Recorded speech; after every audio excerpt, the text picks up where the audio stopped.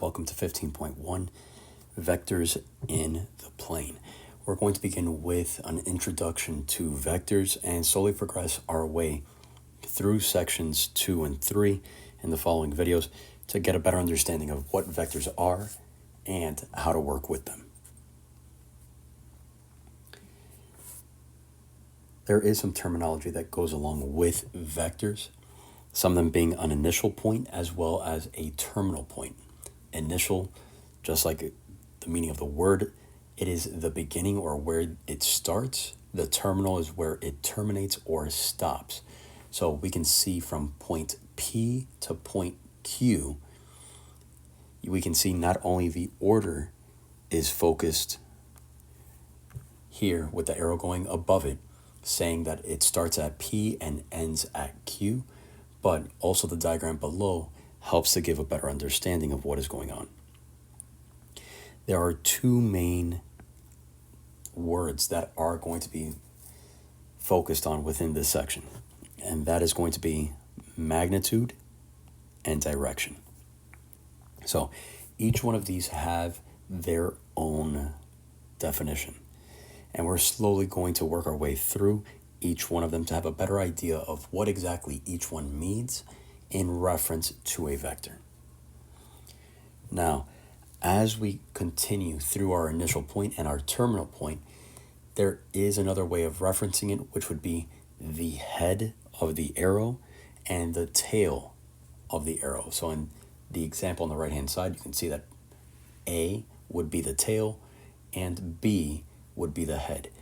Usually we will see that same diagram over here of A, B, with the arrow going from the A to the B. It shows the initial and the terminal point, the exact same way that we could describe it as the head as well as the tail of that line. Now, we are beginning with our first word, which was magnitude. And the magnitude describes the length of the arrow. So the longer the arrow, the larger the magnitude. And the direction is just that. It is the direction in which it points. So if it's pointing towards the first quadrant, pointing to the second quadrant, it is even possible to go ahead and calculate out the exact degree in which it is pointing. Now, as we take a look at our two graphs, we have a graph A and graph B. In graph A, we can easily see that we are going ahead and we have a point AB. Now, currently we only are describing the ordered pair of AB, but the second that we start taking a look deeper into AB with an actual bracketed section, as you see below, things change.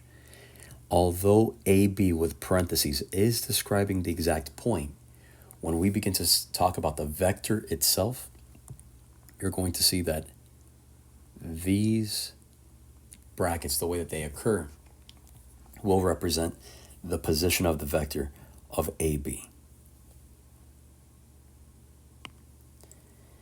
In slide 5, we go ahead and start understanding how each of these vectors are described. Generally, they are denoted or they are made aware through the use of lowercase letters, such as U, V, W. Notice they are all lowercase compared to the initial and terminal points of the actual vector. So in this case, it would go ahead and we would describe this as we are starting in P and going towards or even through Q. There are times where that line will continue to go because of the head of their arrow will continue to show that it's continuing on, while some will continue to go up to the Q and stop at Q. In slide 6, we do go over a large amount of information. Now, when we are looking at a point is generally referenced as parentheses A, comma, B, close parentheses. But as we start referencing that vector, they are described as being in component form. Component form would be when we saw those brackets with the pointed edges of A, B. So we would take a look and say that A and B are components of that specific vector. So if we were to go ahead and say that V is equal to AB, it would reference A and B as being components of that actual vector. So this helps give an understanding of the standard representation. So it is the arrow from the origin to the point of AB. So if we were to go ahead and draw this out, ultimately, what would occur is that our origin would be at 0, 0. And we would have a point, and we would call this AB. So in this case, the point AB would be this right here. Our origin would be at the 0, 0. And this entire vector would be described as AB as such. Now, as we start talking about the magnitude, remember the magnitude is referencing the length of that arrow. So as we go through from the origin to the AB point, the magnitude would be the length of V, which is that vector. Now, the direction of V, so of the vector that we are speaking of, is basically the direction in which that arrow is pointing.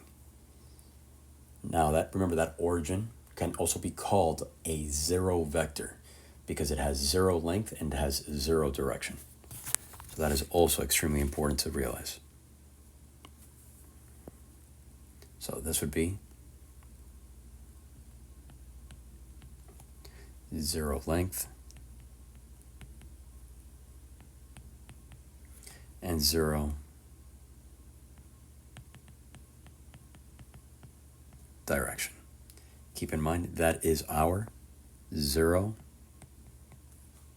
vector.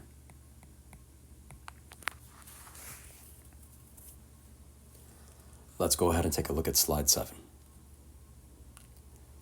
In slide 7, we start to figure out how to go ahead and write a component form that would represent a specific vector. Now, in order to do this, usually you will have 2 points, your initial and your terminal. Once you go ahead and combine the two by subtracting x2 minus x1 and y2 minus y1, you will come up to the component form of that problem. Let's go ahead and take a look at slide 8. Now, in these set of problems, we're going to go ahead and see how well we can direct the arrows in the plane using the vector information and the HMT rule. Now, in this case, what's going to happen is we are going to go ahead and determine what we would need to do in order to have our final answer come out. So let's go ahead and take a look at the first problem. In this first problem, we have our initial point being given at 2, 3, and our terminal point be given at 7, 5. So we are going to determine the vector that it represents. So in order to do this, we're going to first go ahead and grab our terminal point at 7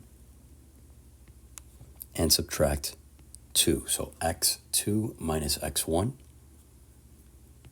And then we're going to do the same with the y's. 5 minus 3 and that will give us our component. In this case, we would be left with 5, 2. And this would be our component vector, and we can call this anything, but we'll go ahead and just call it V for now.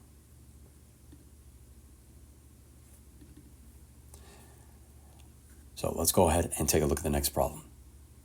In the next problem, we have an arrow at the initial point, and we have our vector also being given. So we have the beginning, and we have the final vector. We are trying to find that secondary point. So in order to do this, what we're going to do is, since we do not have an x2, we are just going to place an x2 in its place. So x2 minus 3. And we know what it's going to equal because the vector is given. So it's equal to -3. And that's going to be the first part of our point. We're going to do the same thing with y. So y2 minus 5 is equal to 6. We're going to go ahead and solve individually, which means x2 minus 3 is equal to -3. Once we add 3 to both places, to both sides of the equal sign, we're going to get x2 equaling 0. So in this case, 0 would be our x. And on the y side, we are going to add 5 to both sides. So 0, 11 would be our terminal point. Let's go ahead and take a look at number 3. In number 3, our initial point of 4, -3 is given, and PQ is given for 2, -4. Keep in mind, we have the beginning, we have our P, and we have the final, which is our PQ. So in order to complete this problem, we need to find the terminal side. So we're going to have to do x2 minus 4 is equal to 2, and we're going to have y2 minus a -3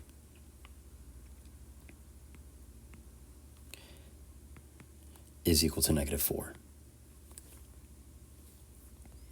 We go ahead and add 4 to both sides, so we know that x2 is equal to 6. y2, now keep in mind this is a minus a negative number, which is the same as a positive, so y2 plus 3. We're going to subtract 3 from both sides. When we do, we're going to get y2 is equal to -7. Our final point here would be 6, -7, 4, Q.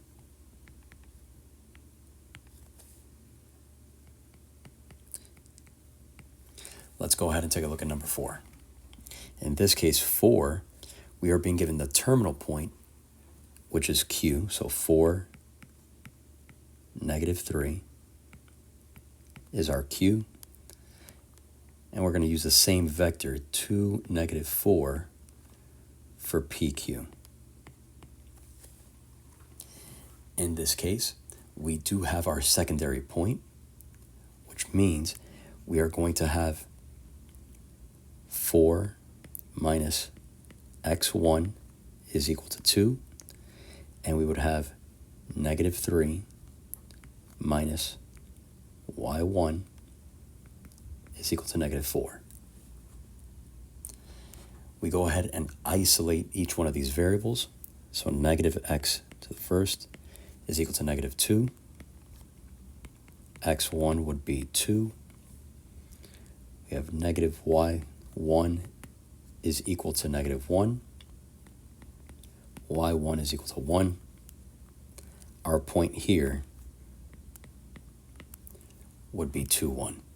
And that would be described for P. If you have any questions on this section, please feel free to reach out at any point.